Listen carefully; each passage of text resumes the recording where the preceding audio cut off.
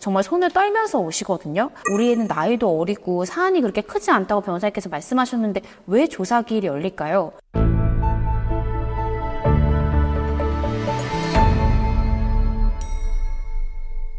안녕하세요. 여러분의 인생을 지켜드리는 인생변호사 검사 출신 이고은 변호사입니다. 요즘에 성범죄 사건, 그 중에서도 그러니까 미성년 자녀가 어떤 성범죄를 저질러서 혹은 어떠한 이제 폭력범죄에 가담이 돼서 변호사님, 저희 아이 소년재판에 가게 됐어요 하면서 오시는 부모님들이 굉장히 많이 늘었습니다. 부모님들이 이렇게 소년재판으로 가게 됐다라는 통지서를 들고 정말 손을 떨면서 오시거든요. 피해자랑 합의도 하고 아이도 반성문도 냈는데 왜 우리 아이 사건이 소년재판에 가게 됐는지, 앞으로 어떻게 해야 되는지 너무 막막해 하시는 분들이 있어서 오늘은 일단은요, 그 소년재판을 가게 되는 그 기준은 무엇인지, 그리고 소년재판이 일반 형사재판과 어떻게 다른지를 좀 한번 살펴보도록 하겠습니다. 일단 소년재판을 받는 대상이 어떤 소년인지를 먼저 보셔야 됩니다.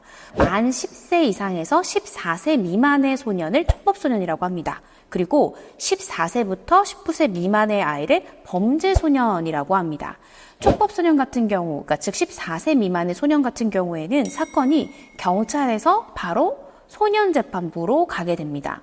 그런데 14세를 넘게 될 경우 범죄소년에 해당이 되기 때문에 범죄소년은 이 소년보호처분뿐만 아니라 형사재판까지도 받게 될 수 있습니다. 따라서 형사재판으로 기소할지 여부는 누가 결정하나요? 검사가 결정하죠. 바로 소년재판부로 가는 게 아니라 검찰로 가게 됩니다. 그러면 검사가 사건을 쭉 살펴보고 이 사건에 대해서 형사재판으로 보낼지 아니면 아이를 소년재판인 가정법원으로 보낼지, 검사가 보기에 사안도 경미하고 부모가 이 아이에 대해서 훈육 내가 제대로 하겠습니다 라는 양육 의지가 강할 경우에는 교육조건부 기소유예라는, 그러니까 불기소라는 처분까지도 내릴 수가 있습니다. 그래서 내 아이의 나이가 14세 이상일 경우에는 내 아이 사건 검찰로 가겠구나, 그럼 검사님이 내 사건을 검토하겠구나 라는 걸 아셔야 되고, 2단계에서는 사안이 크게 중하지 않다라고 하면 최대한 기소유예라는 불기소 처분을 받으시는 것이 중요합니다.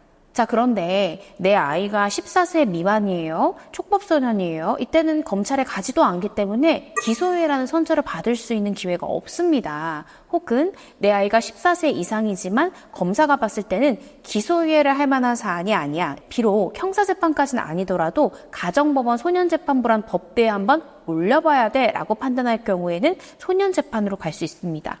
자, 여기서 잠깐 이 형사재판으로 가는 것과 소년재판으로 가는 것 어떤 것에 차이가 있나요? 라고 하면 첫 번째, 가장 중요한 차이는 형사재판은 결국 이게 형사처벌 전력, 전과가 남지만 소년재판은 아주 무거운 소년으로 가는 처분을 받는다 하더라도 형사전과에 남지 않는다. 따라서 최대한 소년부로 가도록 이끄는 것이 굉장히 중요하다라는 겁니다. 여기서 참고로요, 형사재판을 가게 됐더라도 최종적으로 판결받을 때 소년부로 송치한다라는 판결을 받을 수도 있습니다. 그래서 우리 아이가 미성년자인데도 너무 저지른 범죄가 커. 그리고 피해자 부모가 너무 화가 나가지고 합의를 안 해줬어. 그래서 형사재판을 갔더라도 여전히 1심 재판에서 판결 선고로서 소년부 송치라는 판결을 내릴 수도 있기 때문에 이때도 포기하지 마시고 변호사랑 끝까지 소년부 송치라는 판결을 받을 수 있도록 노력하실 수 있다. 그런 기회가 있다라는 거 기억하셔야 되고요.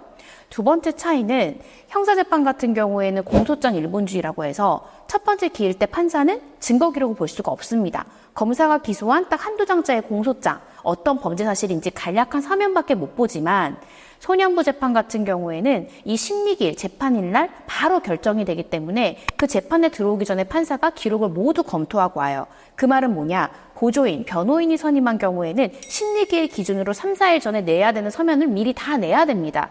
판사가 이미 재판일에 들어오기 전에 어느 정도의 처분을 내릴지 가이드라인을 적어서 오는 경우가 많기 때문에 내일 반성문이나 합의서 같은 게 있으시다면 반드시 심리기일 전 3일 전까지는 최소한 내시는 게 좋다라고 제가 강조를 드립니다. 세 번째는 소년재판 같은 경우에는 비공개 재판이라는 차이가 있습니다. 형사재판은요, 드라마 속에서 보시지만 방청석에 굉장히 많은 대중들이 올 수 있죠. 공개 재판이 원칙이지만 소년재판 같은 경우에 비공개 재판이기 때문에 아이, 부모, 보조인 이렇게밖에 들어갈 수 없다라는 차이가 있습니다. 자, 소년재판으로 가게 됐다라는 통지를 받으실 경우에는 보통 심리기일이 될 때까지 기다리세요라는 것이 통상적인데요. 근데 이 심리기일이 정해지기 전에 갑자기 가정보호 통지서가 하나 나옵니다.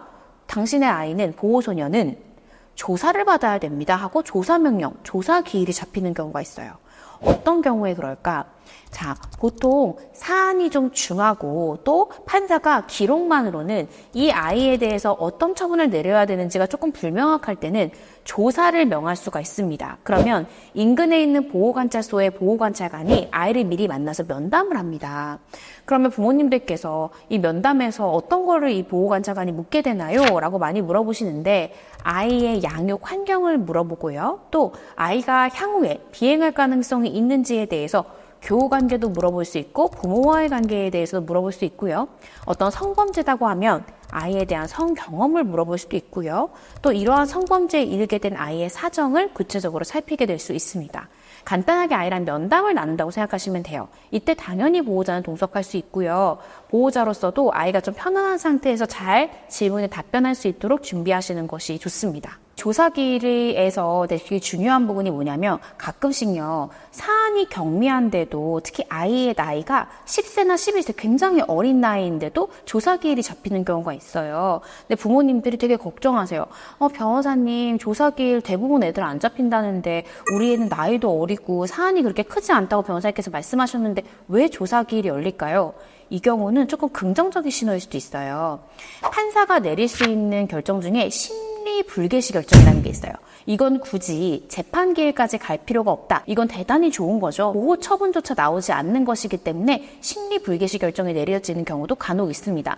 그런데 판사가 어떻게 기록만 보고 심리 불개시 결정을 내리겠어요? 그렇잖아요. 그래서 보호관찰관한테 이제 조사를 시키는 거죠. 그래서 기록만 봤을 때 내가 재범 안 할 것 같은데 정말로 보호관찰관이 면담을 했을 때도 아이가 재범 가능성도 없고 또 비행 청소년도 아니고 이런 부분들이 맞는지를 확인을 시키는 거죠. 그렇게 보호관찰관이 면담을 한 다음에는 판사님께 이제 보고서를 씁니다. 판사가 조사하라고 명했던 내용에 대해서 면담 과정에서 이제 획득했던 정보에 대해서 정리해서 판사님께 보내드리는 거죠. 그럼 판사가 그 보고서를 보고 굳이 재판기일, 즉 심리기일을 열지 않아도 된다라고 판단이 되면 심리불개시 결정 통지서가 오게 됩니다. 그럼 그 절차로 끝나는 거예요. 그래서 제가 항상 말씀드리는 게 수사 과정 중에 변호사 선임 못했다. 그런데 소년재판이 열린다는 통지서를 받았을 때 언제 변호인을 선임하는 게 좋나요? 라고 말씀하시면 저는 단연컨대 소년재판을 통지받았을 때부터 변호사 빨리 선임하세요. 그러면 판사가 조사기일 잡기 전에 빨리 기록을 열람복사해서 받은 다음에 판사님이 조사기일을 명해서 심리불개시 결정을 할 수 있는 기회를 가지실 수 있도록 의견서를 제출하는 게 대단히 중요하고요. 또 혹시 이 성범죄거나 어떤 폭력범죄인데 피해자랑 합의가 이루어지지 않는 경우에는 그렇게 심리기일 열리기 전에 피해자랑 조속히 합의하는 것도 굉장히 중요하거든요. 그래서 이런 것들을 전문가랑 같이 준비하시는 것이 대단히 중요합니다. 자, 이외에 소년재판에 가게 되면 재판인 날 어떤 일들이 펼쳐지는지 제가 다음 영상으로 정리해 드리겠습니다.